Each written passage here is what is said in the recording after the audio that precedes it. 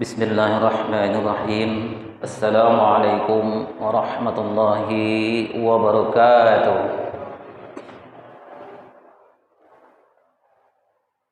Alhamdulillahi rabbil alamin. Ar-Rahmanir-Rahim. Maliki yaumiddin. Iyyahu na'budu wa iyyahu nasta'in. Allazi ahyana ba'dama amatana wa ilaihin nusyur. Assalatu wassalamu ala sayyidina wa maulana Muhammadin wa ala alihi wa sahbihi ajma'in. Amma ba'du.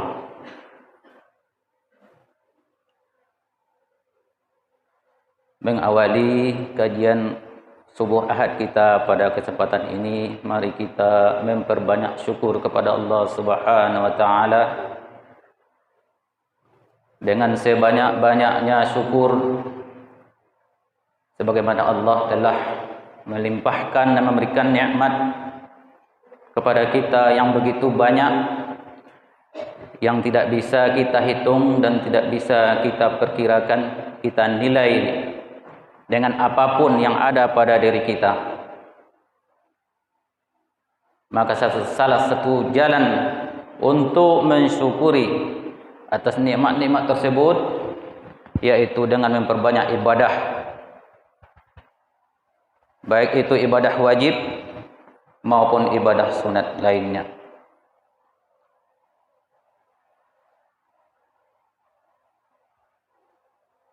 Bapak-bapak, ibu-ibu, para jamaah Masjid Sabirin yang dirahmati Allah,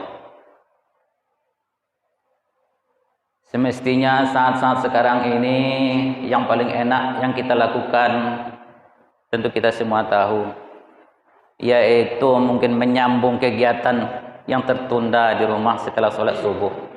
Apa itu? Yaitu melanjutkan tidur kita. Itulah yang paling nikmat yang seharusnya kita laksanakan sekarang ini. Namun pada kenyataannya kita lebih memilih untuk hadir di majelis ini, sama-sama duduk melaksanakan ibadah kepada Allah Subhanahu wa taala. Yang pertama sekali dengan sholat subuh berjamaah, kemudian dilanjutkan dengan mendengarkan kajian Ahad subuh.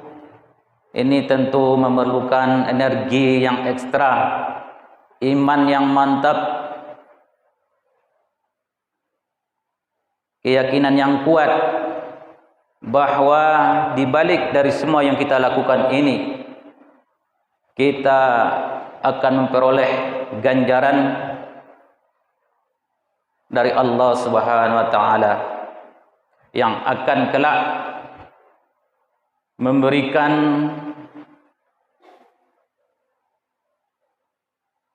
naungan dari Allah dari siksa-siksaannya yang sangat pedih. Maka karena dengan keyakinan tersebutlah kita mampu untuk meninggalkan segala bentuk kesenangan-kesenangan dunia. Bagaimana nikmatnya tidur, dibuai dengan mimpi-mimpi yang indah, berselimutkan selimut yang tebal, bantal yang empuk, tak terbayangkan kenikmatannya. Namun kita lebih memilih untuk hadir di masjid ini untuk melaksanakan serangkaian ibadah-ibadah kepada Allah Subhanahu wa taala. Mungkin masih ada yang masih mengantuk. Ibu-ibu, bapak-bapak yang masih mengantuk, yang memang tidak bisa tertahankan kantuknya, bolehlah nyandar-nyandar dikit. Tapi dengan syarat, kalau tertidur, kalau bisa janganlah mendengkur. Kenapa? Dikhawatirkan nanti kalau mendengkur bisa mengganggu teman di sebelahnya. Kenapa? Karena mungkin teman di sebelahnya juga pengen tidur. Ya Bu ya, Pak ya. Ya mudah-mudahan tidak sampai terjadi sedemikian. Bapak Ibu, para jamaah yang dimuliakan Allah, yang semestinya untuk mengisi kajian subuh Ahad kita pada kesempatan ini adalah Ustadz Sa'ban. Namun nampaknya beliau berhalangan untuk hadir. maka pengurus meminta kepada saya untuk menggantikan jadwal beliau tersebut. Insyaallah apapun nantinya yang akan disampaikan bisa menjadi suatu ilmu yang bermanfaat bagi kita semua untuk bisa kita amalkan menjadi amal soleh bagi kita kelak. Bapak Ibu yang dimuliakan Allah, menyambung dari kajian kita yang sebelumnya, yang mana pada pertemuan sebelumnya kita pernah menjelaskan tentang permasalahan doa, yaitu tentang adab-adab berdoa. Kita ulas sedikit ya tentang adab-adab berdoa tersebut, yang mana adab berdoa itu ada dua macam. Yang pertama yang disebut dengan adab zahir, yang kedua disebut dengan adab batin, yang mana adab zahir ini ada beberapa bentuk. Yang pertama sekali adab zahir itu yaitu menengadahkan tangan ketika berdoa dengan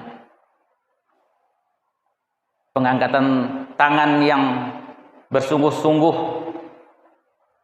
serius dan tidak main-main. Kemudian adab zahir yang kedua yaitu kita menyampaikan ataupun mengucapkan doa itu dengan perkataan yang benar, perkataan yang lemah lembut dan tegas, dan tidak dalam bentuk ucapan-ucapan yang main-main, dan kita betul-betul berharap dan akan kemurahan Allah untuk mengabulkan doa-doa kita. Dan beberapa lainnya daripada adab-adab zahir yang sudah kita jelaskan sebelumnya. Kemudian adab batin ada juga beberapa, di antaranya yaitu yang pertama sekali kita menghusyukkan diri kepada Allah sebelum kita berdoa. Dalam arti kata kita pasanglah niat baik-baik bahwa kita akan berhadapan dengan Sang Maha melihat, Maha mengetahui, Maha mendengar, Maha mengabulkan akan hajat-hajat kita. Maka pada saat-saat tersebut kita perlu khusyuk dengan memasang niat yang benar.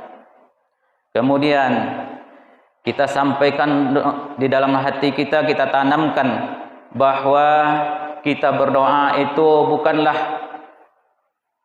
kita meminta kepada Allah, akan tetapi pada saat kita berdoa kita tanamkan di dalam hati bahwa kita sedang beribadah kepada Allah Subhanahu wa taala. Karena Nabi juga mengajarkan ad-du'a'u mukhul ibadah, bahwa sesungguhnya doa itu adalah intisari daripada ibadah. Itu yang kedua. Kemudian adab batin yang ketiga yaitu yakinkan diri bahwa Allah melihat dan mendengarkan ungkapan-ungkapan hati kita, dan buatlah prasangka baik, husnuzon kepada Allah, bahwa suatu saat nanti Allah akan mengabulkan doa-doa kita tersebut. Yakinkan di dalam hati bahwa Allah akan mengabulkan doa-doa kita. Karena kata Allah, Allah akan menurut bagaimana prasangka hamba-hambanya. Jadi kalau kita berdoa masih ragu-ragu di dalam doa kita, maka begitulah Allah pun akan ragu-ragu pula untuk mengabulkan doa-doa kita. Maka tanamkan di dalam hati bahwa Allah melihat dan mendengar dan akan mengabulkan doa-doa kita tersebut. Bapak Ibu yang dirahmati Allah, kemudian yang berikutnya adab batin kita adalah ketika kita merasa bahwa doa kita telah terkabul, ketika kita merasa doa kita telah terkabul, umpamanya apa yang kita hajatkan telah menjadi kenyataan, maka jangan menganggap kabulnya doa kita itu karena doa-doa kita. Anggaplah hajat kita yang menjadi kenyataan tersebut karena rahmat dan rahimnya Allah Subhanahu wa taala. Kabulnya hajat kita tersebut karena sifat rahman dan rahimnya Allah Subhanahu wa taala, bukan karena doa-doa kita. Karena kita ini adalah makhluk yang dhaif, makhluk yang sangat lemah, yang tidak mempunyai kekuatan apa-apa. La haula wala quwata illa billah. Tidak ada kekuatan sedikit pun, bahkan untuk mengedipkan mata tanpa kekuatan Allah kita tidak akan mampu. Kita bisa lihat orang yang telah meninggal dunia, yang sudah tidak ada kekuatan Allah padanya, dia tidak mampu menggerakkan apapun daripada dirinya. Matanya, mulutnya, telinganya pun bahkan tidak bisa lagi mendengar. Itulah suatu kenyataan bahwa kita ini tidak mempunyai kekuatan apapun, dan hanya kekuatan Allah lah yang ada pada diri kita. Maka yakinkan bahwa kabulnya hajat dan doa kita itu karena sifat rahman dan rahimnya Allah Subhanahu wa taala, bukan karena doa-doa yang kita lantunkan. Itu adab batin ketika kita berdoa kepada Allah Subhanahu wa taala. Selanjutnya,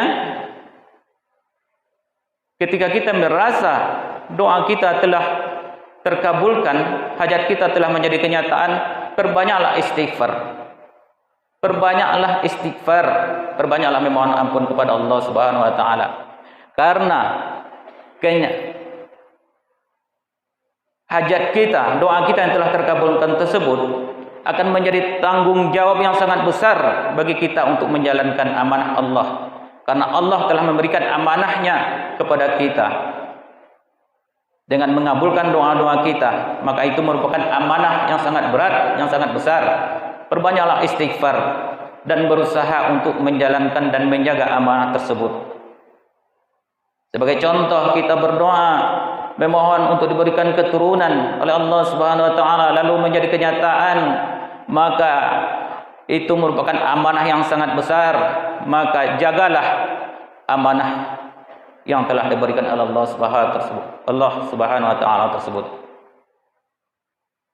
Ma'asyiral muslimin rahimakumullah. Itulah beberapa adab batin kita ketika berdoa kepada Allah Subhanahu wa taala. Maka pada kesempatan ini kita isi kajian subuh Ahad kita masih tentang doa, yaitu tentang tempat-tempat dan saat-saat yang makbul dalam berdoa. Ternyata di dalam menyampaikan berdoa kepada Allah Subhanahu wa taala, kita juga diperintahkan dan diminta untuk memilih tempat-tempat dan waktu-waktu yang sangat mustajab ketika berdoa kepada Allah Subhanahu wa taala. Karena memang seluruh tempat di permukaan bumi ini semuanya baik dan pantas untuk menyampaikan doa. Namun ada tempat-tempat yang khusus yang bisa kita pilih untuk kita jadikan tempat bermunajat kepada Allah Subhanahu wa taala. Tempat yang paling utama untuk kita berdoa kepada Allah Subhanahu wa taala, yang paling mustajab, yang paling istimewa sekali, yaitu di dalam Ka'bah. Pada zaman-zaman dahulu, orang-orang yang menunaikan ibadah haji masih bisa untuk masuk ke dalam Ka'bah. Kabar ceritanya begitu yang pernah saya dengar. Namun pada saat-saat sekarang ini mungkin karena begitu banyaknya jamaah haji yang hadir setiap tahunnya, maka kesempatan tersebut mungkin sudah tidak berlaku lagi, tidak diperbolehkan lagi oleh pihak keamanan. Namun sesungguhnya di sanalah tempat yang paling makbul untuk kita berdoa kepada Allah Subhanahu wa taala. Namun sungguh pun demikian, walaupun kita tidak bisa lagi masuk ke dalam Ka'bah, kita juga bisa berdoa di luarnya dengan menghadap kepadanya. Kualitasnya pun tidak akan berbeda, karena kita masih berada di wilayah sekitarnya. Itu yang kedua. Di dalam Ka'bah, kemudian di luar Ka'bah. Kemudian yang ketiga, ada juga tempat yang paling makbul, di mana tempat tersebut adalah Raudhah yang juga sering dikunjungi oleh jamaah haji ketika melaksanakan haji dan umrah. Di sana juga merupakan tempat yang sangat makbul untuk berdoa kepada Allah Subhanahu wa taala. Dan banyak tempat-tempat lain lagi di daerah tanah Arab sana yang bisa ditempatkan yang bisa dipakai untuk tempat berdoa, tempat yang makbul bagi kita untuk berdoa kepada Allah Subhanahu wa taala. Selanjutnya Bapak Ibu yang dirahmati Allah, kita masuk kepada saat-saat, waktu-waktu yang sangat baik untuk berdoa kepada Allah Subhanahu wa taala. Yang pertama sekali yaitu pada saat kita melaksanakan sholat, baik itu sholat sunat maupun sholat wajib. Kita tahu sholat tersebut sudah berarti doa. Jadi kalau ada yang mengatakan orang tersebut sholat tetapi dia tidak berdoa, itu salah. Apabila seseorang telah melaksanakan sholat, sesungguhnya dia telah berdoa. Karena isi sholat tersebut rata-rata berisikan dengan doa. Jadi tidak benar kalau ada yang mengatakan, kita lihat orang selesai sholat langsung pergi, lalu kita katakan dia tidak berdoa, itu salah. Karena sesungguhnya dia telah berdoa, karena di dalam sholat tersebut banyak sekali berisikan doa-doa. Seperti duduk antara dua sujud, Rabbi firli warhamni wajburni warfa'ni warzuqni wahdini wa'afini wa'fu anni. Itu juga doa.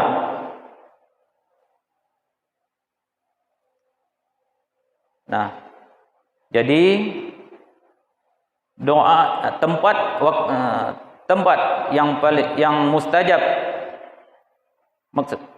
maksudnya waktu yang mustajab di dalam berdoa yaitu pada saat sholat. Maka pada saat kita sujud, kita juga dianjurkan oleh Rasulullah SAW untuk memperbanyak doa. Maka tidak heran kalau kita lihat ada seseorang yang sholat yang sujudnya begitu lama. Lalu kita bertanya-tanya di dalam hati, apa sih yang dibaca pada saat sujud kok bisa begitu lama? Padahal ucapannya cuma Subhana rabbiyal azimi wa bihamdi, Subhana rabbiyal azimi wa bihamdi, Subhana rabbiyal azimi wa bihamdi, selesai. Enggak sampai 1 menit.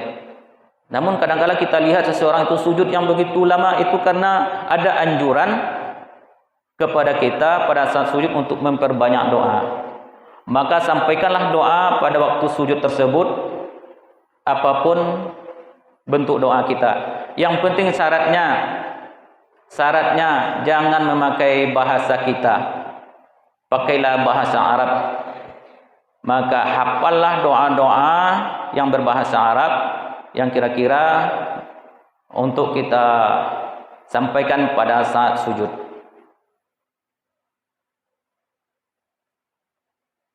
Jadi untuk berdoa di dalam solat tidak boleh menggunakan bahasa kita, bahasa apapun itu, baik bahasa Indonesia ataupun bahasa kampung. Kalau tidak ada doa yang kita bisa hafal, kita bisa sampaikan doa di dalam hati. Umpamanya kita punya permasalahan, punya problem kehidupan, punya hajat, sampaikan saja di dalam hati. Boleh, asal jangan mengucapkannya dengan berbahasa kita. Bapak Ibu yang dirahmati Allah Subhanahu wa taala. Kemudian di dalam salat juga ada doa, ada saat-saat kita berdoa, yaitu di dalam surah Al-Fatihah. Tetapi doa di dalam surah Al-Fatihah ini, doa hanya bisa diucapkan melalui hati. Tidak bisa diucapkan dengan lisan kita. Di mana saatnya itu? Pada saat kita membaca Iyyaka na'budu wa iyyaka nasta'in, maka lintaskanlah di dalam hati bahwa kita ada keinginan, ada hajat di situ, apapun bentuknya, tapi tidak diucapkan. Cuman diniatkan saja, dihadirkan ataupun dilintaskan di dalam hati apa doa kita. Pada saat kita mengucapkan Iyyaka na'budu wa iyyaka nasta'in, hanya kepada Engkau kami menyembah ya Allah, dan hanya kepada Engkau kami memohon pertolongan. Nah, apapun bentuk pertolongan yang kita inginkan kepada Allah Subhanahu wa taala, sampaikanlah di sana dengan syarat jangan diucapkan, tapi dilintaskan saja di dalam hati. Inilah istimewanya hati, hebatnya hati. Ucapan yang kita ucapkan dengan lisan, yang kira-kira kalau kita ucapkan, kita katakan dengan lisan kita, bisa menghabiskan waktu 1 menit ataupun 5 menit. Namun pada saat hati kita yang berkata, sepersekian detik saja sudah tersampaikan apa yang ingin kita ucapkan. Itulah hebatnya perkataan hati. Jadi tidak ada ucapan yang khusus untuk hati ini, karena dia cuma dilintaskan saja. Niat yang singkat, itulah keistimewaan dari kolbu kita. Jadi apapun niat kita cuma terlintas begitu saja, itu sudah sampai doa yang kita ingin sampaikan. Bapak Ibu yang dirahmati Allah, itu saat-saat yang makbul di dalam salat untuk berdoa kepada Allah Subhanahu wa taala. Kemudian di luar salat, yaitu setelah melaksanakan salat tersebut, baik salat sunat, salat fardu, setelah selesai salat, itu kita berdoa merupakan saat-saat yang makbul. Maka berdoalah selesai salat, apapun bentuk doa kita. Doa tidak mesti disampaikan sesuai dengan redaksi seperti yang dibaca-bacakan imam, tidak mesti seperti itu. Membaca istighfar pun itu sudah merupakan doa. Zikir-zikir itu juga merupakan doa. Kalimat-kalimat thayyibah itu juga merupakan doa. Jadi untuk menyampaikan doa tidak mesti seperti doa-doa yang diucapkan oleh para imam-imam masjid. Kalau kita memang tidak mampu, tapi kalau memang mampu, maka ucapkanlah doa sesuai dengan apa keinginan kita. Dengan catatan, kalau kita menggunakan bahasa Arab, pakailah tata bahasa Arab. Maka kalau seandainya sekiranya kita tidak mampu, pergunakanlah bahasa yang kita pahami sendiri. Karena Allah Subhanahu wa taala Maha memahami apapun bahasa kita. Bahkan bahasa hati sekalipun yang tidak terucapkan di mulut kita, namun terdetik di dalam hati, Allah Subhanahu wa taala sudah mengetahuinya. Maka itulah disampaikan tadi bahwa berdoa pada saat membaca surah Al-Fatihah, pada saat membaca iyyaka na'budu wa iyyaka nasta'in, detikkan saja di dalam hati, 1 detik cukup untuk menyampaikan hajat. Apa itu hajat kita, apa doa kita, apa keinginan kita. Bahkan takkan sampai 1 detik untuk menyampaikannya melalui kolbu. Ma'asyiral muslimin wa zumratal mu'minin rahimakumullah. Kemudian waktu-waktu yang mustajab untuk kita bisa berdoa kepada Allah Subhanahu wa taala, yaitu pada waktu hari lagi hujan sangat derasnya. Maka itu juga merupakan suatu waktu yang sangat mustajab bagi kita untuk berdoa kepada Allah Subhanahu wa taala. Maka apabila nanti ada hujan deras, maka namun sebaiknya kita laksanakanlah solat sunnah dulu, barang 2 rakaat. Selesai solat, berdoalah. Sampaikanlah problema-problema kehidupan kita, hajat-hajat kita yang selama ini masih belum menjadi kenyataan. Sampaikanlah pada waktu hujan deras tersebut. Begitulah anjuran Nabi. Karena apa? Karena pada saat hujan tersebutlah Allah Subhanahu wa taala menurunkan rahmat-Nya. Dan kita juga sering mengatakan bahwa ketika hujan turun, rahmat Allah sudah datang, kata kita. Kita tahu bahwa itu merupakan rahmat Allah. Maka pada saat itu tentunya Allah lagi menurunkan rahmat-Nya.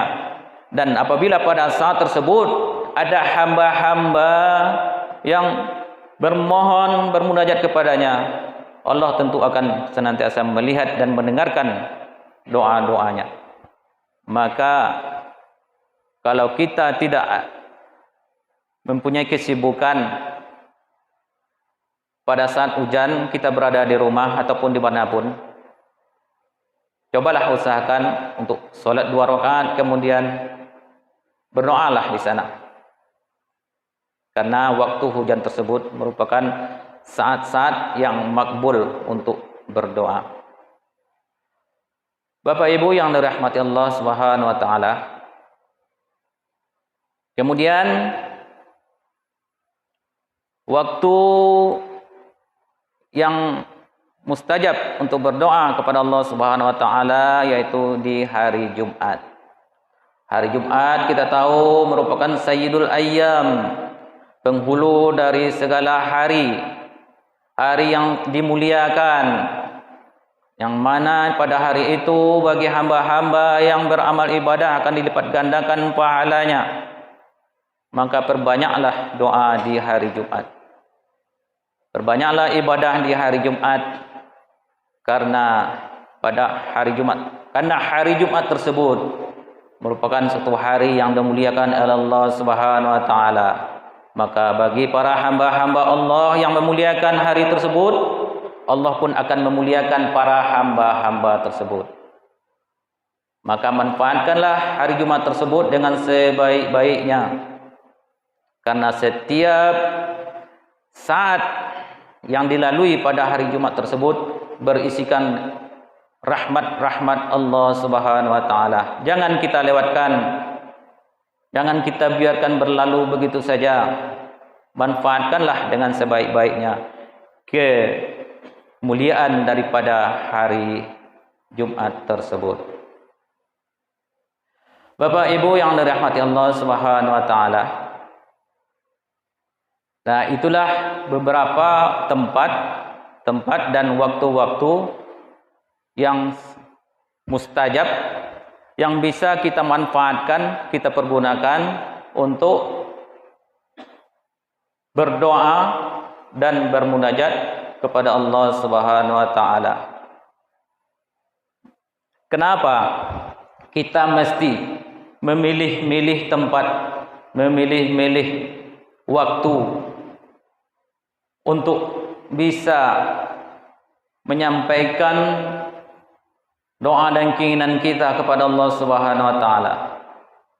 Padahal sesungguhnya Allah tersebut tidak memilih-milih tempat bagi dirinya untuk bisa melihat ataupun untuk bisa menurunkan, mengucurkan rahmatnya. Namun kita juga harus tahu diri, kita ini hanya seorang hamba Allah yang sangat lemah, yang tidak mempunyai kekuatan apa-apa.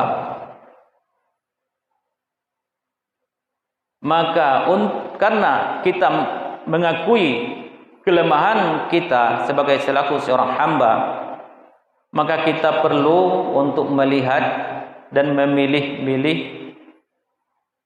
tempat yang kira-kira Allah menyenangi tempat tersebut, memuliakan tempat tersebut, dan mengistimewakan tempat tersebut. Kita memilih waktu-waktu karena Allah telah memilih waktu-waktu tersebut sebagai waktu-waktu yang diistimewakan, sebagai waktu-waktu yang dimuliakan. Yang mana waktu-waktu tersebut diberikan keistimewaan tentunya dengan suatu maksud.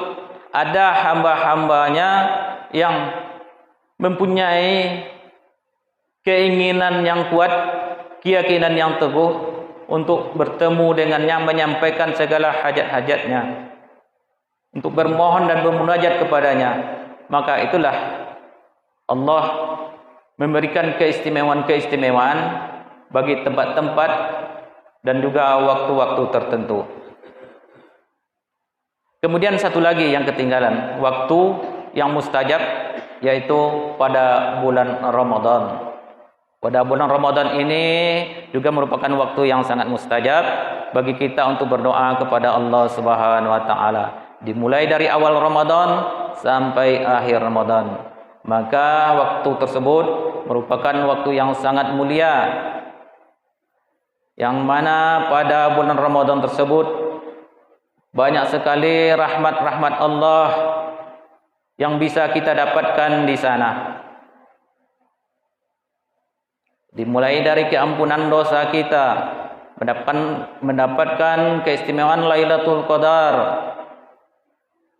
Itu merupakan suatu keistimewaan dari bulan Ramadan. Maka manfaatkanlah bulan suci Ramadan tersebut selama 30 hari tersebut untuk bisa menyampaikan segala bentuk problem kehidupan kita, permasalahan-permasalahan kita, doa-doa kita, dan beribadah sebanyak-banyaknya, karena Ramadan merupakan bulan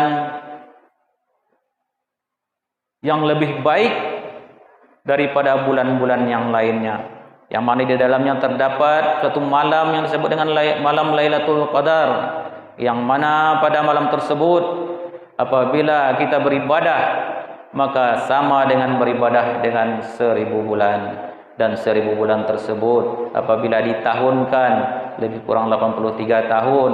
Alangkah hebatnya apabila kita dapat beribadah, beramal hanya pada satu malam, yaitu pada malam Lailatul Qadar, namun kita mendapatkan nilai ibadah selama 83 tahun. Maka bersyukurlah bagi kita yang telah mendapatkan malam Lailatul Qadar. Kira-kira di sini siapa yang telah mendapatkan malam Lailatul Qadar? Ada yang kira-kira merasa enggak? Pada tahun kemarin saya dapatkan Lailatul Qadar. Ibu-ibu, ada yang merasakan mendapatkan Lailatul Qadar? Bapak-bapak, itu sebetulnya Lailatul Qadar tidak bisa kita rasakan secara pribadi. Namun kita bisa melihat dari perubahan sisi kehidupan seseorang. Apabila selesai Ramadan, lalu kita lihat dari setiap kehidupannya, baik itu dari sisi ibadah, baik itu dari sisi lingkungan bermasyarakat, itu akan kita lihat perubahan-perubahan yang sangat jelas, terutama dalam sisi ibadah. Seseorang yang telah mendapatkan kemuliaan daripada Lailatul Qadar, maka itu grafik ibadahnya semakin meningkat.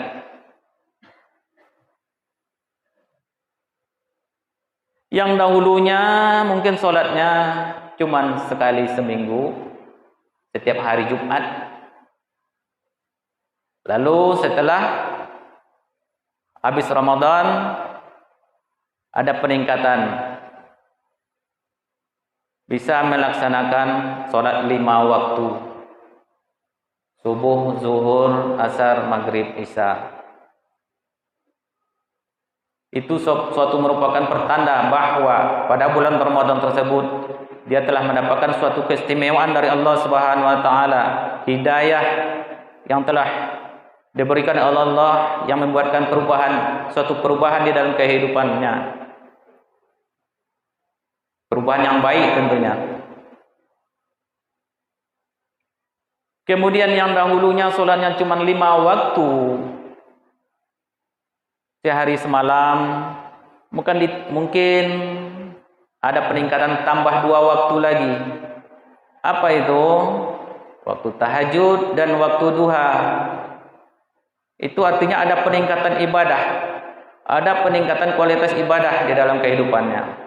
Ini bisa jadi dia telah mendapatkan kemuliaan daripada malam Lailatul Qadar tersebut. Dan perlu kita tahu bahwa yang mendapatkan nilai Lailatul Qadar tersebut tidak sama banyak jumlah dan kuantitasnya pada setiap seseorang. Bisa jadi seseorang tersebut mendapatkan kemuliaan dari Lailatul Qadar mungkin 20%-nya baru. Karena mungkin selama ini kualitas ibadahnya masih jauh. Mungkin tahun depan kalau masih ada umur, dia memperbaiki setiap ibadah yang dilakukannya, mungkin akan diberikan peningkatan lagi. Nah, begitu kira-kira.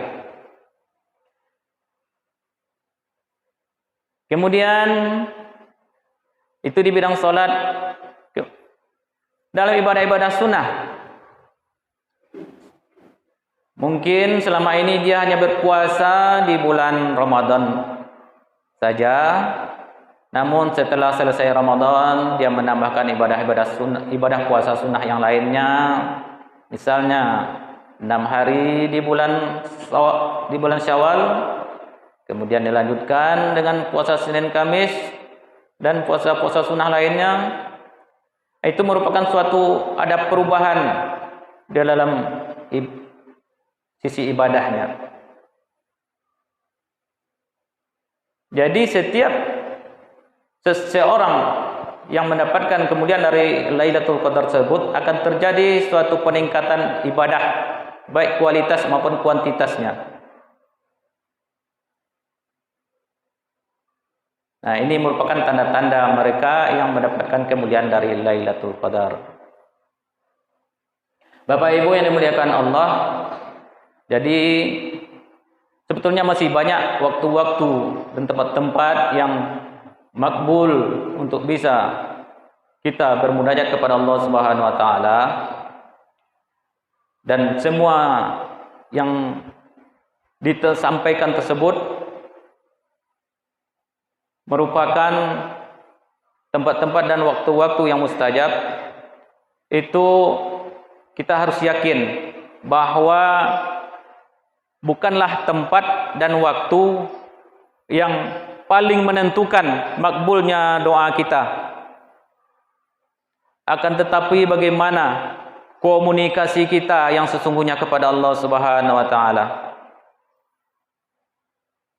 bagaimana posisi hati kita, kolbu kita pada saat beribadah dan berdoa kepada Allah Subhanahu wa taala. Karena Allah tidaklah melihat dari penampilan kita, tidak mendengar dari indahnya suara kita. Akan tetapi Allah melihat bagaimana hati kita yang sesungguhnya. Dan untuk itu sampaikanlah doa dan munajat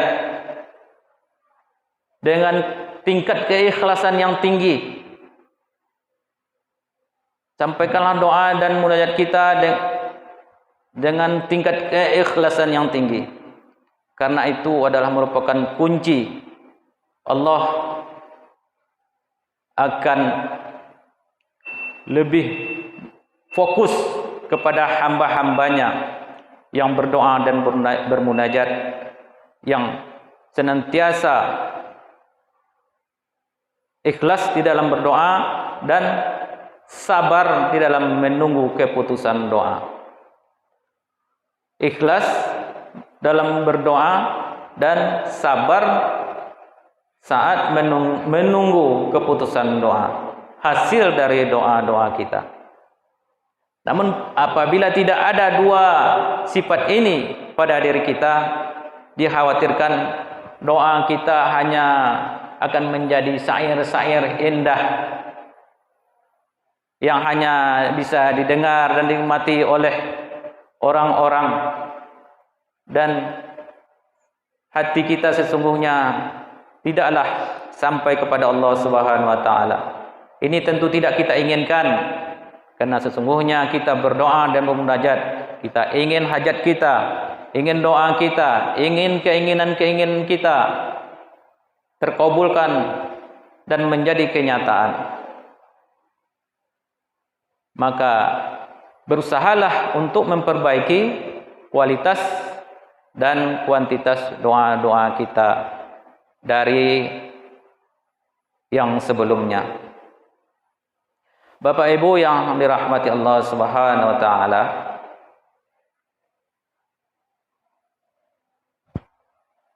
sepertinya waktu syuruk telah berbunyi, dan mungkin ada di antara kita yang masih ingin memperbaiki wuduknya, ya. Doa. Oke. Maka masih ada waktu lebih kurang 15 menit lagi menjelang solat sunat Isra. Bisa dipergunakan untuk berwuduk ataupun memperbaiki wuduknya. Kemudian sebelum kita menutup majlis ini, mari kita berdoa kepada Allah Subhanahu wa taala. Mudah-mudahan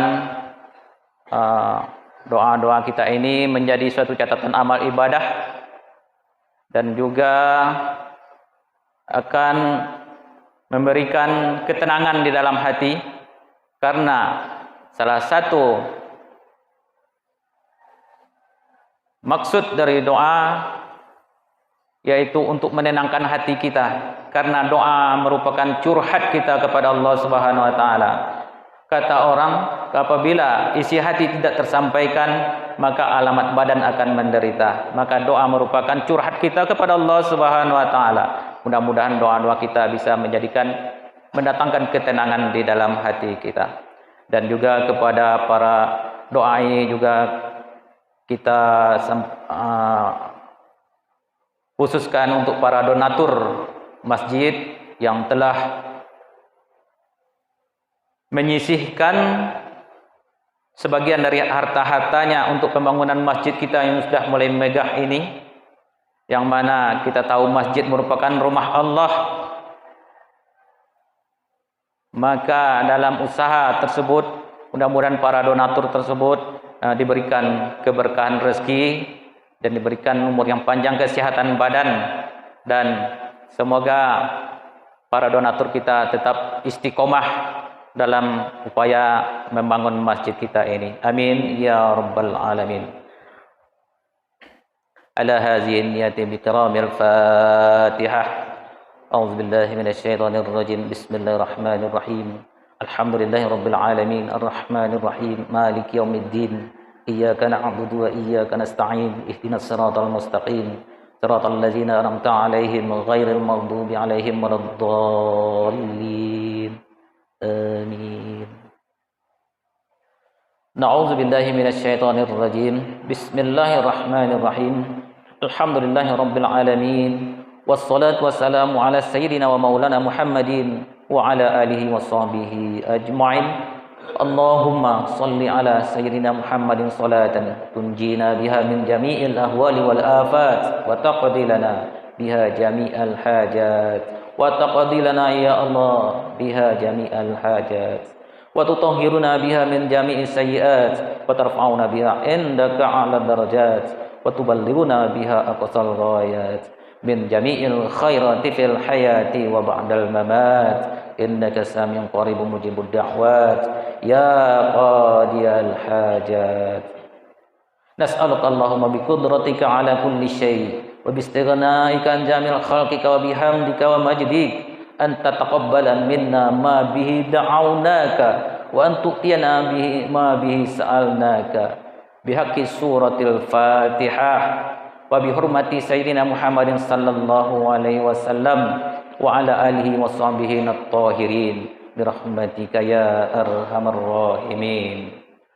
Allahumma ighfir lana dhunubana wa liwalidina warhamhum kama rabbawna shighara ولجميع المؤمنين والمؤمنات والمسلمين والمسلمات الأحياء منهم والأموات إنك على كل شيء قدير. اللهم أنزل الرحمة والنعمة والمغفرة والبركة والسلامة والعافية لهذه الجماعة يا رب العالمين. اللهم اجعلنا في هذه الليلة الشريفة المباركة من السعداء المقبولين ولا تجعلنا من الأشقياء المردودين.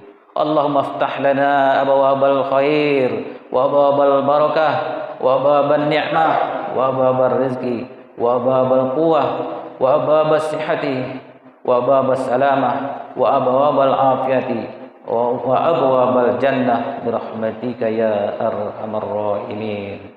Allahumma inna nas'aluka rahmatan min indika tahdina biha qulubana wa tajma'u biha syamlana wa tarudu biha al-fitnata 'anna ya arhamar rahimin.